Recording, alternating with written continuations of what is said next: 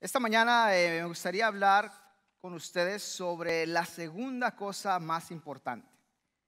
Y usted dirá, bueno, ¿qué significa eso? La segunda cosa más importante. Estamos hablando ahí del libro de los Hechos, ¿verdad? El capítulo 2, viendo el versículos 42 al 47. La idea es esta, que aquellos que están parados firmemente en el hacer la cosa más importante, que para aquellos que son ya hijos y hijas de Dios, que pertenecen parte a la comunidad de creyentes de una iglesia, la primera cosa más importante es el hacer discípulos. Y el Señor hace hincapié eso antes de irse de aquí. Y la importancia de esto, ¿verdad?, de hacer discípulos, es porque es una cuestión de vida o muerte. Es decir, vidas están en la línea para ser perdidas o ser rescatadas. Y mis hermanos, el propósito de esta mañana, primero, como aquellos que somos ya parte de esta comunidad espiritual, ¿verdad?, es de que nosotros practiquemos la primera cosa más importante dada a nosotros. Si usted está aquí y no conoce, no tiene una relación con Jesús, bueno, va a haber algo para usted también. Y la cosa más importante que usted va a tener que realizar va a ser propuesta al final de este servicio. Pero la idea es que todos nosotros tenemos, ¿verdad?, una atención, ¿verdad?, que otras cosas compitan por ser las más importantes. Tanto así, si usted crea una lista, por ejemplo, de quehaceres, puede enumerar muchas cosas importantes, pero siendo honestos, no todo puede ser lo más importante. Hay algo que tiene que tomar prioridad. Hay algo que tiene que hacer todas esas otras cosas a un lado. Y para nosotros como la iglesia de Cristo, esa cosa más importante es el hacer discípulos. Que esa es la meta final de una hospitalidad radical. Abrimos la casa al extraño, abrimos la casa al huérfano, al necesitado, abrimos la casa a nuestro hermano o hermana con el propósito de presentar el evangelio de Cristo y cómo está cambiando y transformando nuestras vidas. Oh, Dios mío, ¿qué hice?, dijo el cuidador del faro al oficial gubernamental que estaba investigando el trágico evento. El cuidador explicaba lo que él había hecho y el por qué. Pero el oficial insistía: tú fuiste dado una sola tarea a hacer, y era de mantener la luz prendida. Todo lo demás era secundario. No puede haber una segunda cosa más importante que hacer para ti. ¿Acaso lo olvidaste?, lo dijo el oficial gubernamental. Lo siento, no hay excusa alguna. Verán, había un faro a lo largo de la costa solitaria que había sido puesta a cargo de este cuidador, de este faro. Y este cuidador se le había dado suficiente aceite por un mes para mantener esa luz ardiendo y reflejando en el mar, en medio de la oscuridad, cada noche. Pero resultó que un día una mujer pidió aceite para que sus hijos pudieran mantenerse calientitos en la noche. Luego otro día un granjero vino y pidió algo. Luego entonces su hijo pidió aceite porque necesitaba una lámpara para leer. Todavía otro necesitaba un poco de aceite para un motor. El encargado vio cada uno de esas peticiones como una petición digna de necesidad y midió apenas la suficiente cantidad de aceite para darles y lo otorgó. Pero cerca del final del mes, el tanque de aceite del faro estaba vacío, estaba seco. Y esa noche el faro era oscuro y 3 naves se estrellaron sobre las rocas. Más de 100 personas, más de 100 vidas ese día perecieron. Oh, Dios mío, ¿qué hice?, dijo el guardián del faro al funcionario del gobierno que estaba investigando el trágico evento. La segunda cosa más importante no es tan importante. No es tan importante como la primera cosa más importante. Todos estamos tentados a hacer o ser ocupados con las segundas cosas más importantes. Pero ¿qué ocurre en situaciones de vida cuando lo que está en juego es la vida o la muerte? Si eso es todavía una lucha.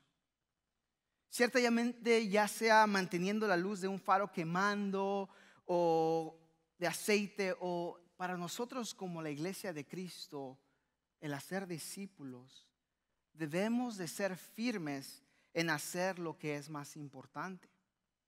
Porque vidas dependen de esa disciplina o mandato dado a nosotros. Haz la cosa más importante. Haz la cosa más importante. Haz discípulos de Jesucristo.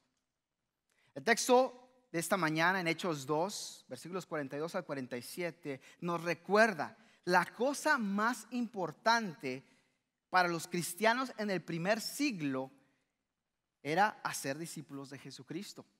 Esta es la meta definitiva de toda hospitalidad radical. Mire, usted podemos ser hospitalarios, podemos ser buenos, pero muchas veces podemos hacer cosas con fines alternos, para exaltarnos a nosotros, para mirarnos bien, para nosotros sentirnos logrados. Podemos ir un sinfín de cosas, pero la meta definitiva de una hospitalidad radical, que es lo que estamos aprendiendo estas semanas, que es la expresión del amor tremendo o magno de Dios para las personas, termina con eso: el conocer a Cristo y darlo a conocer. Yo no sé cuál es el propósito, el objetivo por el cual usted viene aquí los domingos en la mañana, pero déjenme decirles que el objetivo principal por el cual existimos como el cuerpo de Cristo, como iglesia Stonebriar en español, es para eso, para conocer a Cristo y darlo a conocer. Pero existe el peligro que muchas otras cosas importantes, pero no la más importante, se entremetan. Así que vamos a ver el gran problema, aún la más grande solución y la aplicación a hablar el por qué, ¿verdad? Nosotros debemos practicar una hospitalidad radical. El por qué. Vamos a ver un poco el trasfondo del sermón, ¿verdad? Que el libro de los Hechos es uno de los libros del Nuevo Testamento fascinantes para mí, ¿verdad? Muchas veces el libro de los Hechos es llamado el quinto evangelio, ¿verdad? Porque es una continuación del evangelio de según Juan Lucas, ¿verdad? Y Lucas ya nos relata el acontecimiento de lo que él vio, lo que él fue testigo del ministerio de Jesús aquí en la tierra. Y lo interesante, ¿verdad?, que los 4 evangelios registran un último acontecimiento en referencia a Jesús distinto. Por ejemplo, Mateo relata la resurrección como el evento final de Jesús. Marcos habla sobre la ascensión. Lucas habla sobre la promesa del Espíritu Santo. Y el apóstol Juan habla al final de su libro, con lo que refiere a Jesús, sobre la segunda venida de Jesús. Los 4 terminan con una reseña distinta del ministerio de Jesús. Y Hechos capítulo 1 trae esas 4 reseñas juntas y muestra el gran comisión del misionero dada a estos 4 evangelios, es confirmada en el libro de los Hechos, ¿verdad? Y el doctor Lucas, quien era médico, ¿verdad? Él escribió esta carta, quien sabemos que escribió también el evangelio según Lucas, y escribió esta carta alrededor del año 63 aproximadamente después de Cristo. Y el libro de los Hechos es interesante porque cubre un periodo aproximado de 30 años.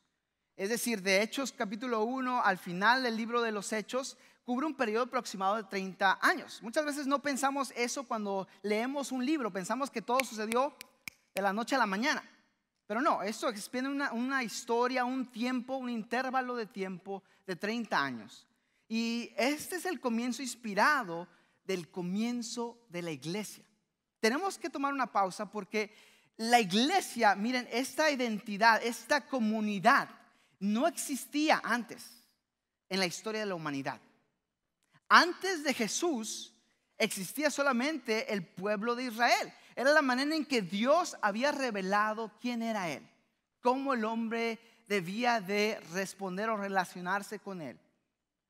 Pero todo apuntaba en el Antiguo Testamento hacia un individuo, el ungido. En hebreo, Meshiach. Nosotros lo conocemos en español como Mesías, que literalmente significa el ungido. Todo desde el principio de la historia de Dios apunta hacia el pináculo de la historia, Jesús hecho hombre, para llevar a cabo una misión que es imposible para el hombre realizar. Y el versículo clave que vemos en el libro, de todo el libro de los Hechos, es el versículo 8 del capítulo 1. Dice: ustedes recibirán poder, hablando con los discípulos, después de que el Espíritu Santo haya venido sobre vosotros. Y ustedes serán mis testigos, testigos de Jesucristo. En Jerusalén, en toda Judea, en Samaria y a los confines de la tierra. Y vemos entonces en el libro, ¿verdad?, distintas reseñas importantes. Primero, la prominencia del Señor Jesucristo, es decir, la posición que Él es. ¿Quién es Jesús? Segundo, la prominencia del Espíritu Santo. Porque ahora en ningún otro libro se introduce con una cámara o con una luz resplandeciente a esta persona, que para antes de esto había sido gran misterio. El Espíritu Santo, la promesa de Cristo del enviar al Espíritu Santo. Lo podemos nombrar que desde ese entonces hasta el día de hoy vivimos en la edad del Espíritu Santo. ¿Por qué? Porque es a través del Espíritu Santo que está obrando en las vidas del creyente, incluso de aquellos que no son creyentes. La Escritura dice que el Espíritu Santo es el que los atrae a individuas que no tienen una relación con Jesús. El Espíritu Santo es aquel quien los atrae, quien revela la gloria de Cristo para que ellos puedan tomar ese paso de fe, de creer en Él.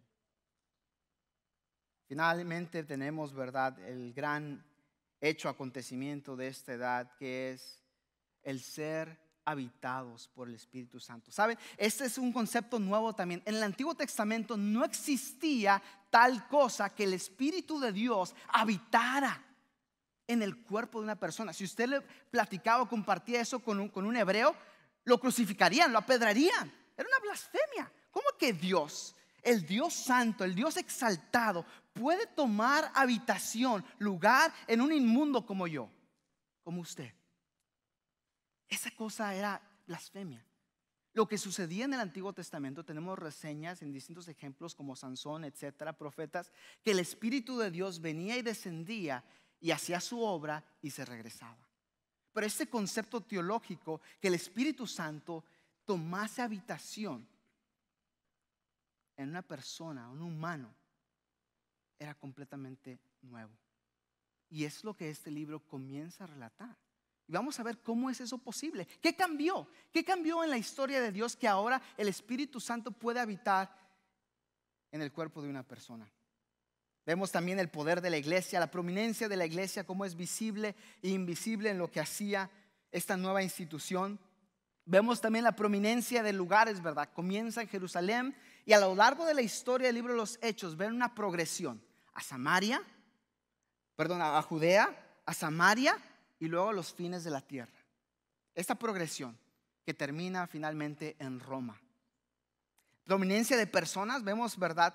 Al doctor Lucas menciona a 110 personas por nombre. Wow. Sí, hermano, ¿cómo obtuvo ese dato? Bueno, tomó horas de estudiar. Pero ese es el punto, que Lucas está tratando de reflejar estas personas, que lo que les caracteriza a estas 110 personas, la mayoría de ellos que habían tomado este paso de fe, ahora eran habitadas por el Espíritu Santo, por la tercera persona de la Trinidad. Vemos también la prominencia de la resurrección, el centro de la proclamación del evangelio. Cantamos este canto, hermanos, esa es la razón por la cual nos reunimos, proclamar el evangelio, que Cristo murió por los pecados del mundo, que Cristo resucitó por los pecados por la fe, como dice las Escrituras, y que Él regresará un día por su pueblo. Vemos también, ¿verdad?, esta mención extraña de los otros apóstoles. Había otros apóstoles, ¿saben? Había otros apóstoles, pero los que resaltan más es Pedro y Pablo en todo reseña de este libro bíblico. Unos dicen, ¿verdad?, que el título apropiado de este libro no es tanto los hechos de los apóstoles, sino los hechos del Espíritu Santo. ¿Y saben por qué? Porque la clave está que el Señor Jesucristo ha comisionado a estos discípulos a que vayan y que sean sus testigos de Él. Pero el Señor Jesucristo es quien está trabajando por el Espíritu Santo a través de los apóstoles. Es decir, instrumentos humanos. Hermano, hermana, Dios ha hecho el primer paso, el primer gran paso de hospitalidad radical, el cual ha sido enviar a su Hijo Jesús para reconciliar la enemistad que había entre Dios y su humanidad. Él no podía mirar eso a un lado. Él tenía que reconciliar y tomar ese paso. ¿De cómo? A través de enviando un emisario. ¿Y quién podría representarlo mejor que nadie que su propio Hijo? De la misma esencia, el mismo Dios. Para traer al hombre de la enemistad a amistad con Dios a través de Jesucristo por el poder del Espíritu Santo. Y eso es lo que vemos, ¿verdad?, en este libro. Y vamos a ver el trasfondo que el Señor Jesucristo es el que está obrando por el Espíritu Santo a través de los apóstoles en Jerusalén. Y vemos esto en el capítulos 1 al 7, que es donde vamos a estar enfocados esta mañana. Preparando para la venida del Espíritu Santo, es lo que vemos en el capítulo 1. Lo que sucede, un poco de trasfondo para que podamos entender el texto que estaremos meditando esta mañana. En el capítulo 1 lo que sucede es lo siguiente: la preparación del Espíritu Santo. Vemos aquí, se introduce, ¿verdad?, el escritor hacia quien escribe, ¿verdad? Y vemos también la comisión de Jesús. Jesús todavía estaba aquí. Sabía que después de que Él murió, Él aún permaneció aquí en la tierra por otros 40 días. Él no murió, resucitó y luego se fue a la gloria. No, permaneció aquí en la tierra, dando instrucciones a sus discípulos. Hey, vas a ser mis testigos. Hey, hacer todas las cosas que yo os he mandado. Hey, vayan a ser discípulos. Y en esa esencia, ¿verdad?, lo que estaba sucediendo entonces en esos 40 días de ministerio de Jesús post resurrección, es lo que sucede en el versículos 3 y 9. Y les dice, hey, no se vayan de Jerusalén. Pero Jesús nos dice que vayamos a ser discípulos a los fines de la tierra. ¿Cómo que permanezcan en Jerusalén todavía? Y no se vayan de Jerusalén, dice el versículo 4, hasta que el Padre les envíe el regalo que les prometió, tal como les dije antes. Juan bautizaba con agua, pero en unos cuantos días ustedes serán bautizados con el Espíritu Santo. Y en versículo 5 en adelante relata cómo Jesús es llevado o asciende hacia el cielo y desaparece en medio de ellos. Pero Él les dice, ¿verdad?, en el versículo 8: pero recibirán poder cuando el Espíritu Santo descienda sobre ustedes, y serán mis testigos, y le hablarán a la gente acerca de mí en todas partes, en Jerusalén, por toda Judea, en Samaria, hasta los lugares más lejanos de la tierra. Vemos en versículos 12 en adelante entonces que estos discípulos están esperando por el Espíritu Santo, en versículos 12 al 14. Y del 15 al 26 vemos, ¿verdad?, cómo asignan a otro apóstol. Porque recuerdan, había en medio de ellos alguien que aparentaba ser, pero no era. ¿Se acuerdan? ¿Quién era? Judas Iscariote, que andaba entre ellos, pero no era de ellos. Y vemos en esa esencia, ¿verdad?, el versículo 12 en delante, que asignan a esta nueva persona para tomar su lugar, ¿verdad?, del 15 al 26. Y entonces eso nos lleva al día del Pentecostés, en el capítulo 2, que es donde vamos a estar aquí esta mañana. Porque comienza el versículo 1 del capítulo 2 diciendo: el día de Pentecostés todos los creyentes estaban reunidos en el mismo lugar. La pregunta entonces es, en este lugar podemos decir que es el Belén del Espíritu Santo, porque es cuando Él desciende. Y hermano, hermana, Él descendió para ya no irse, para continuar el ministerio de Jesucristo a través de los testigos de Jesucristo, para su gloria. Y eso es lo que nos instituye la Escritura aquí y nos da un poco el trasfondo para entender entonces este primer sermón que el apóstol Pedro predica en versículos 14 al 47, ¿verdad? Y lo que sucede entonces aquí en adelante es este sermón que predica el apóstol de Pedro a un número sin fin de personas. Entonces el trasfondo de lo que está sucediendo es mucha gente judía está yendo a Jerusalén por causa del día de Pentecostés. Y hermano, ¿qué es el día de Pentecostés? Nosotros conocemos como Pentecostés, pero es otra cosa muy distinta lo que la Biblia dice que es Pentecostés. Y antes de llegar a eso, cabe notar una distinción importante, porque vamos a leer estos textos en adelante y existe esta tensión que muchas veces, o este peligro que podemos caer, algo que se llama prescriptivo y descriptivo. Y dicen, hermano, ¿qué es esa diferencia?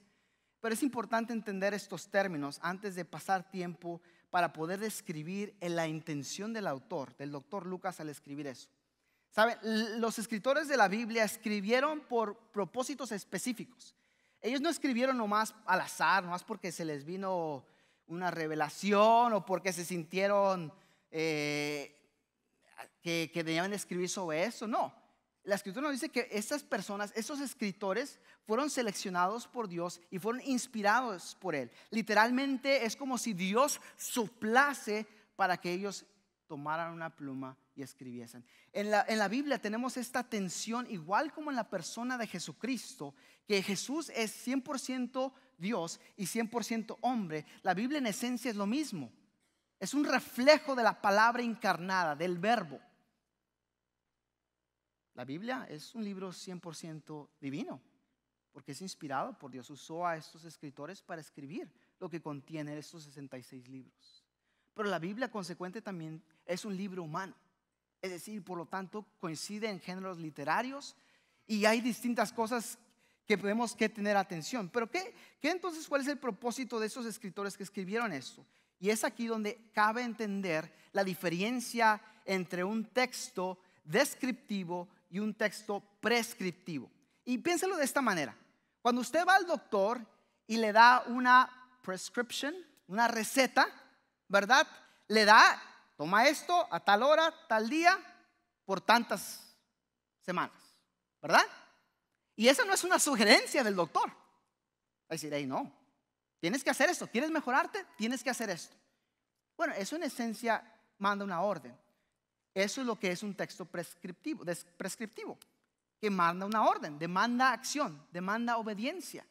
Por el otro lado de la moneda, un texto descriptivo es aquel que solamente describe lo siguiente, lo que está pasando, lo que está sucediendo, ¿verdad? En este caso, en el libro de Hechos, estos versículos en adelante son descriptivos, es decir, relatan, ¿verdad? Lo que está sucediendo en ese contexto como una descripción, para que aquellos que vienen después de esta era puedan mirar hacia atrás y entender, así era la iglesia en el primer siglo. Eso es lo que hacían. Y parte de ello entonces lo que sucede, ¿verdad? Es cuando venimos a este texto, es de preguntar entonces, ¿cómo las personas por primera vez escucharon esto? ¿Cómo impactó a ellos esto? Y ellos, esas personas que lo escucharon por primera vez, ellos entendían exactamente lo que estaban hablando. Pero a nosotros que tenemos que mirar hacia atrás, a más de 2000 años hacia atrás, es un reto. Es un reto para poder entender el mensaje de la intención de lo que estaban tratando de decir.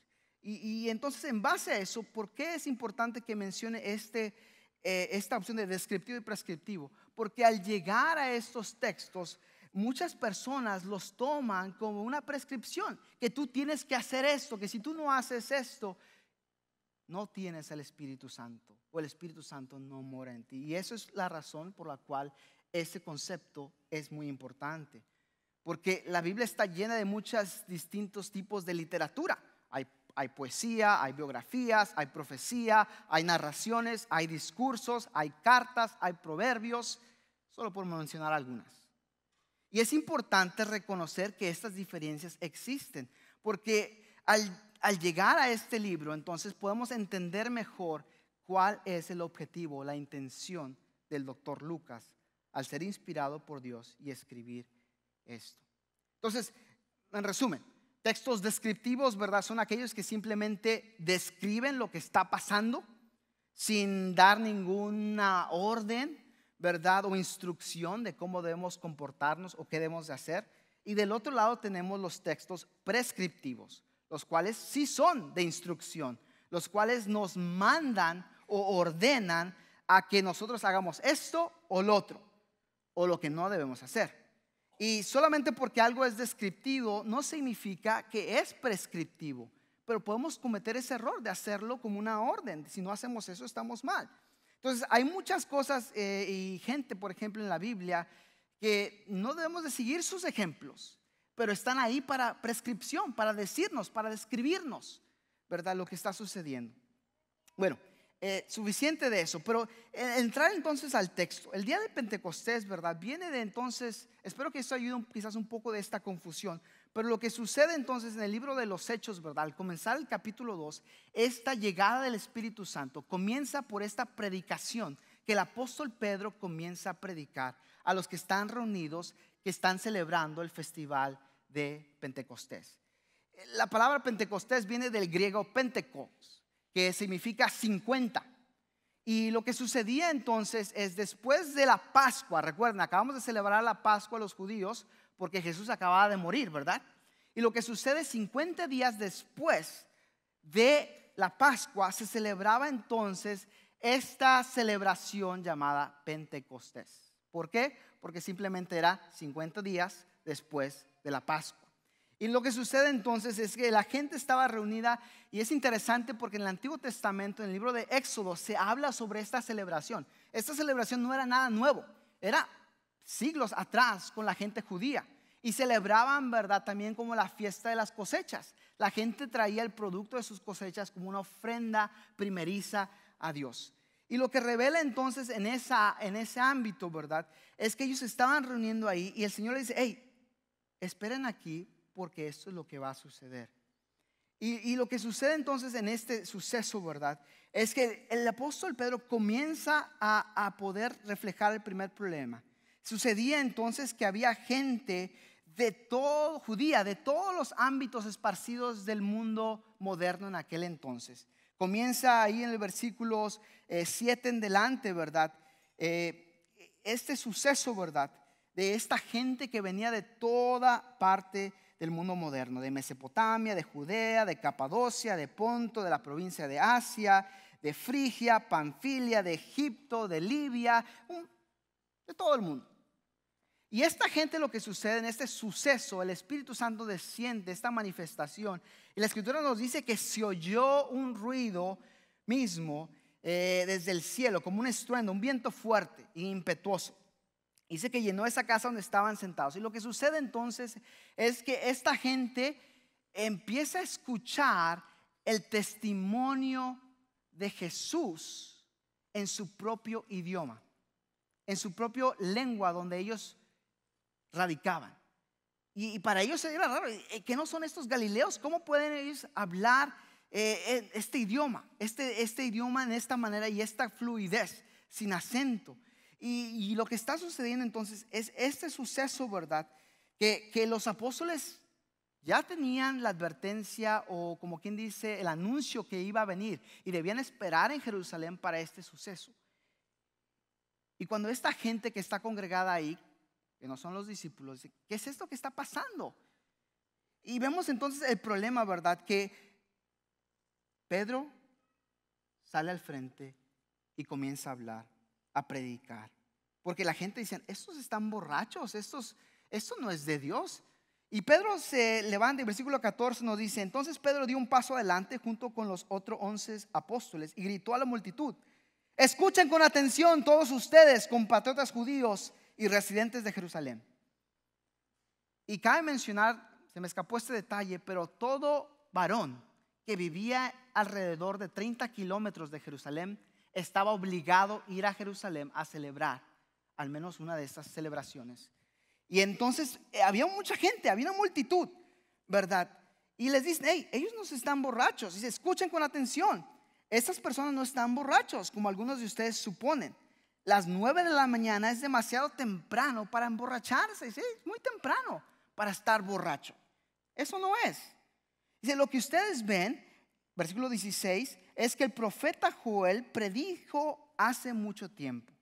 En los últimos días, dice Dios, derramaré mi espíritu sobre toda la gente. Sus hijos e hijas profetizarán, sus jóvenes tendrán visiones, sus ancianos tendrán sueños.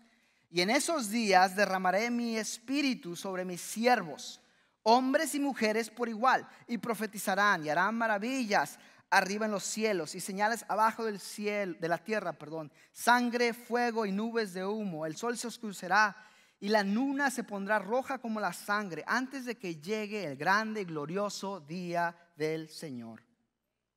Pero nota el versículo 21. Pero todo el que invoque el nombre del Señor será salvo. Ahora, cabe importante esto, porque los apóstoles miraban con anticipación. Cualquier persona piadosa del Antiguo Testamento miraba con anticipación el día del Señor. ¿Por qué? El día del Señor tenía dos cosas, dos componentes. Traía juicio para aquellos que se merecen juicio y traía celebración para aquellos que se merecen celebración. Una o la otra. Eso es lo que iba a traer el día del Señor. Entonces, para unos iba a traer o traía pavor, traía miedo. Para otros traía ¡yupi! ¡Yay! El Señor regresa. Una celebración. Y lo que está sucediendo en este contexto, Pedro ve este acontecimiento nuevamente no prescriptivo, sino descriptivo. Esas cosas suceden describiendo, ¿verdad?, esta parte de lo que el plan de Dios que estaba tratando de llevar a cabo. Pero el punto de ello entonces es que el día del Señor, el gran día del Señor estaba cerca. Es interesante que comience esta frase, ¿verdad? En los últimos días, dice Dios, derramaré mi espíritu. Cabe mencionar brevemente que en el plan divino de Dios estamos en los últimos días. El hecho que Jesús viniese y cumpliese la misión de Dios comenzó esa cuenta regresiva. Más adicional con lo que Joel nos dice en el capítulo 2, que en los últimos días derramaré mi espíritu. Recuerden, porque este es un suceso que antes no había existido en la historia humana. Y sucede esto porque los discípulos, antes tímidos, ¿se acuerdan? Unos cuantas semanas hacia atrás, los discípulos estaban tímidos. Se transformaron en valientes difusores de la doctrina de Cristo. Y la pregunta que usted y yo, como cualquier estudiante bíblico, tenemos que hacer, ¿qué fue lo que originó ese cambio? Y la clave, la respuesta es la morada del Espíritu Santo. Eso fue lo que cambió. Para Lucas, la presencia de Dios en poder en la comunidad cristiana es un momento crucial en la vida de la iglesia, porque refleja el lugar de importancia entre los eventos más importantes de la historia. Entonces, ¿qué sucede? Pedro comienza entonces a predicar a esta multitud. Y miren el sermón que predica. Después de que les dice esto fue lo que hizo, o una profecía, o el cumplimiento de la profecía del profeta Joel. Versículo 22. Pueblo de Israel, escucha. Dios públicamente aprobó a Jesús de Nazaret al hacer milagros poderosos, maravillas y señales por medio de él, como ustedes bien saben. Esta gente sabía, porque hace unas cuantas semanas habían dicho Hosana al hijo de David. Pero a unos cuantos días esas mismas personas decían crucifícale. Ellos sabían de eso, sabían de los milagros, sabían lo que había sucedido. Pero Dios sabía lo que iba a suceder. Dios no le toma por sorpresa nada.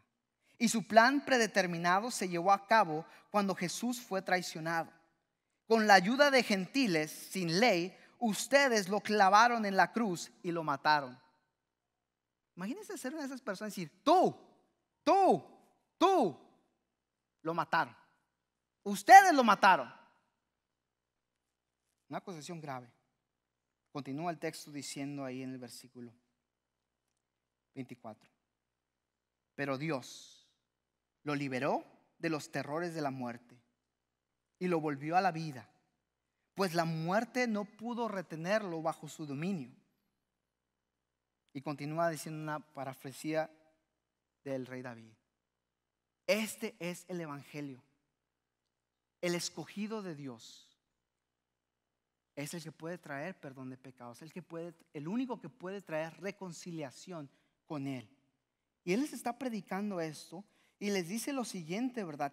Versículo 29. Queridos hermanos, piensen en esto.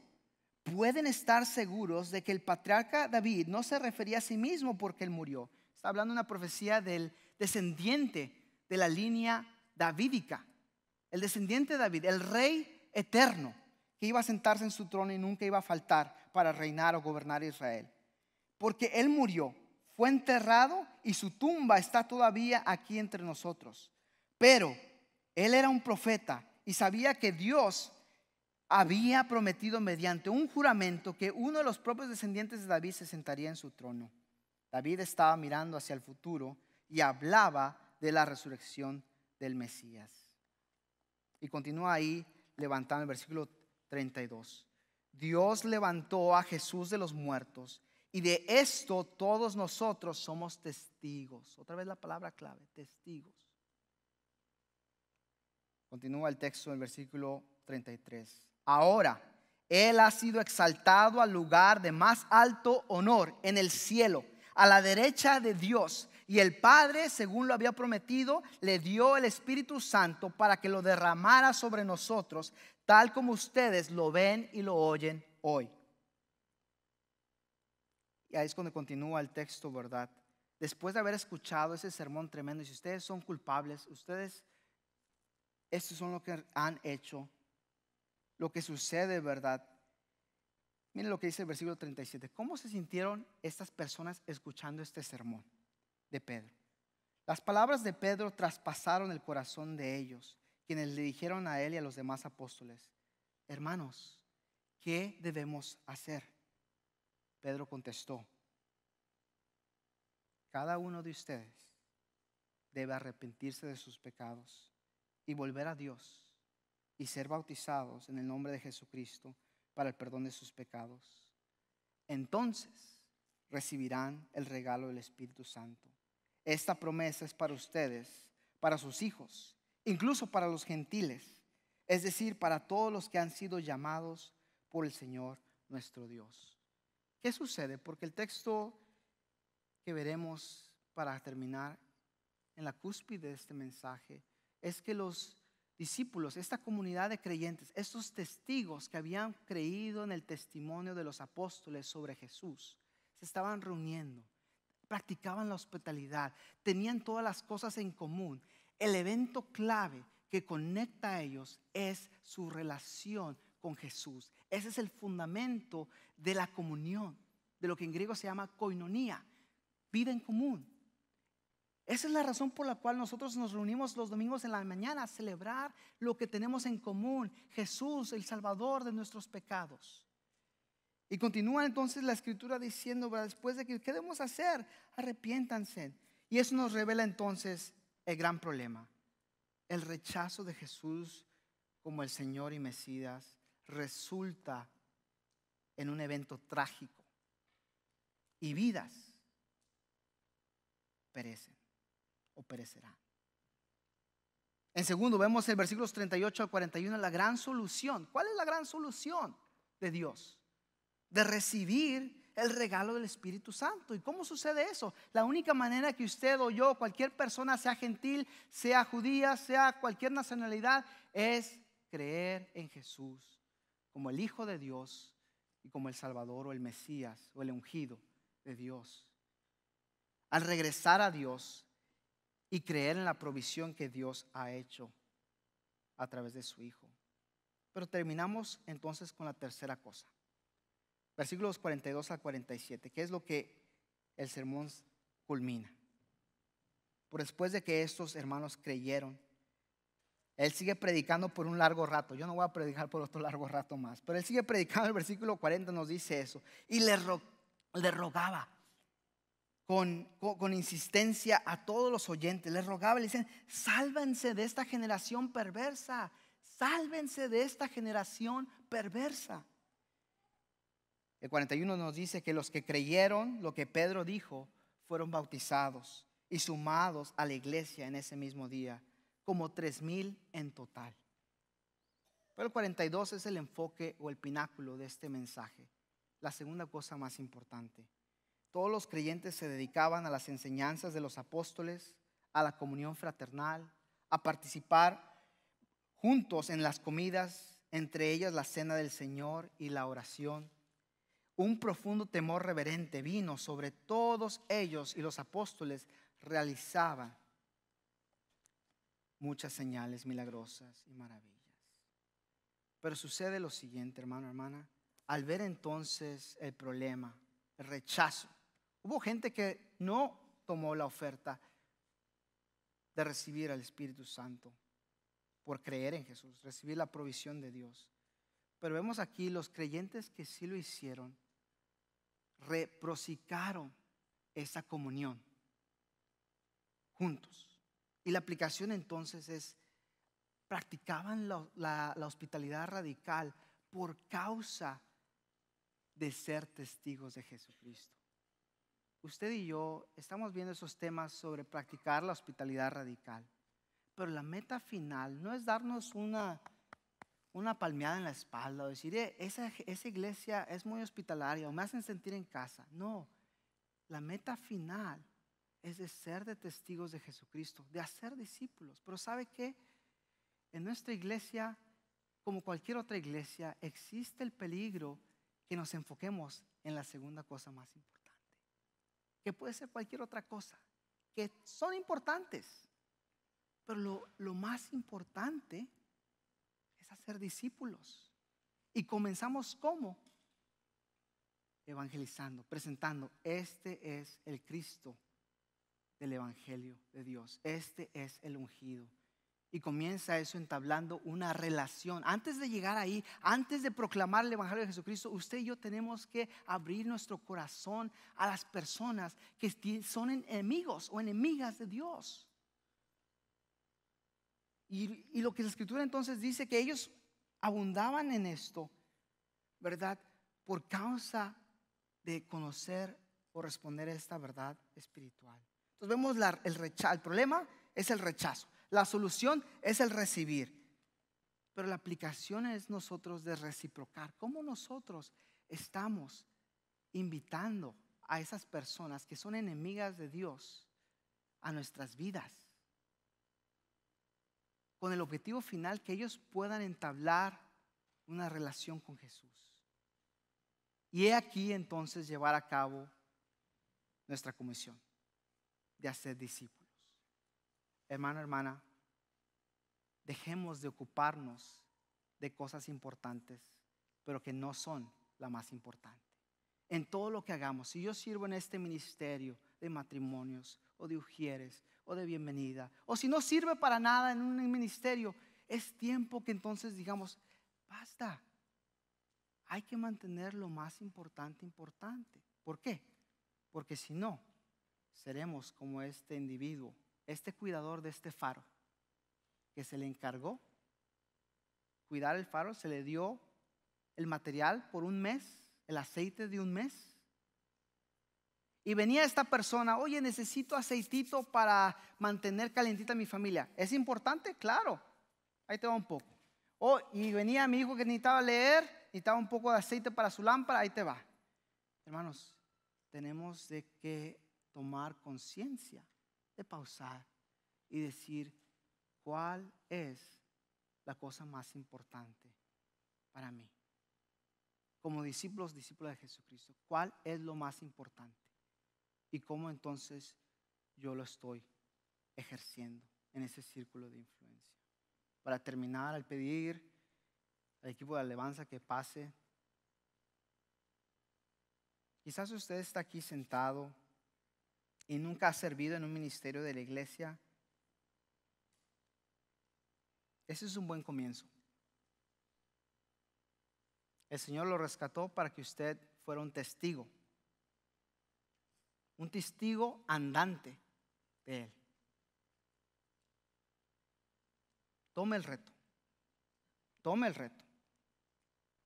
de practicar hospitalidad radical por causa del amor extremo de Dios, reconociendo el problema, reconociendo la más grande solución y reconociendo que debemos de replicar esa comunión.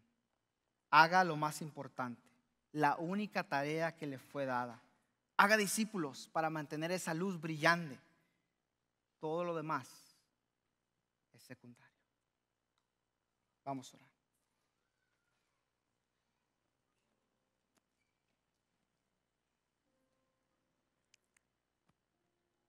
Para aplicación del sermón de esta mañana, en la parte de atrás, enfrente del módulo de audiovisual, hay 3 hojitas. Y enfrente está un jarrón de flores que son plumas, no son flores, pero son las 2 cosas. Miren, en la iglesia estamos implementando una iniciativa de hospitalidad radical. Y eso implica 3 cosas. Hay 3 equipos fundamentales para hacer esto realidad. Y nos gustaría invitar, si Dios ha puesto en su corazón de servir en estas áreas, tanto de ujieres o de bienvenida, o en este nuevo equipo que estamos llamando anfitriones. Hay 3 hojitas, cada una para cada equipo. Nos gustaría que nos dé su nombre, su teléfono y correo electrónico, si Dios le mueve a servir en esa área, de ser testigos andantes de Jesús. Ese es el reto que tenemos como congregación. Nos gustaría que se una y sea parte de un entrenamiento que estaremos realizando el agosto 12, ¿verdad? Y ahí hay más información para poder mantener ese contacto. Señor, al escuchar tu palabra, vemos cómo refleja ese llamamiento a ser testigos de ti. Eso es parte fundamental de quiénes somos como creyentes. Eso es parte fundamental o la meta final de poder expresar hospitalidad radical. Señor, basta ya de perder el tiempo, de hacer cosas importantes en su iglesia, pero que realmente no es la más importante. Un día usted nos va a llamar a cuentas de lo que usted nos ha otorgado, como ese cuidador del faro que otorgó ese aceite. Y él pudo haber evitado una tragedia que costó varias vidas. Señor, ayúdanos a ser conscientes de la magnitud, de la responsabilidad que conlleva ser un testigo andante suyo. Que esa hospitalidad radical es solamente refleja hacia la meta final que llevamos, de conocerle a usted y hacerlo conocido. Ayúdenos a nosotros, sus siervos o siervas, que ya le conocimos, que ya hemos creído en este evangelio glorioso, pero que aún nosotros estamos sentados en nuestras sillas sin andar, que aún tenemos esta timidez que tuvieron los apóstoles antes del advenimiento de su Espíritu. Señor, recuérdanos que su Espíritu ha venido, que ya está aquí. Es el regalo más grande que hemos sido otorgados.